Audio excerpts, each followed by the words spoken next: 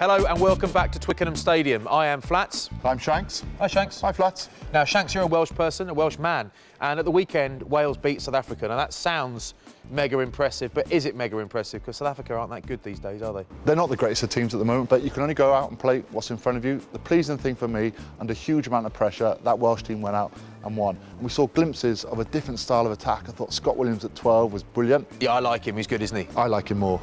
I probably like him more than you, but anyway, carry on. OK, but it allowed Wales to play a little bit wider, and Justin Tipuric, I thought, was absolutely amazing at the weekend. Yeah, the try he scored was amazing, wasn't it? Oh, he scored a try that was like Flatman-esque. Yeah, maybe not Flatman-esque. Now, 3 wins from 4 over the autumn series. Does that represent real success for Wales? Well, on paper, 3 from 4 is good. Probably the best record Wales have had in a long time. But when you delve a little bit deeper and you look at the cracks and the creases, there are a few things that need ironing out. A little bit like your back.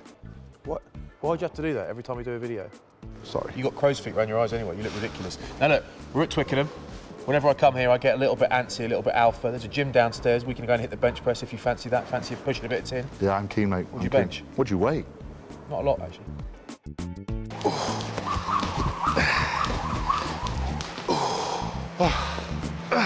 Good session, mate. Thanks, mate. So England at the weekend put away Argentina with 14 men. How much of a test of strength and character was that?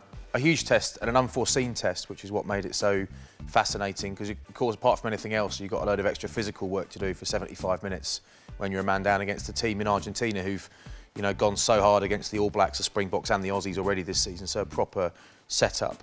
But I think the England senior players really stood up. Ford and Farrell particularly managed the game brilliantly, really classy stuff, and until he got injured, Billy Vunipola did really well too. So overall, kind of an unexpected challenge for England, but one they came through with flying colours. So I suppose the biggest news of the weekend isn't the England win, but the injury to Billy Vunipola. How much of a loss will he be, considering you've got probably your hardest opposition this weekend? Yeah, I'd say if England wanted Billy for one game more than all the others, it was the Australia game this weekend, and they're not going to have him because he's done his knee.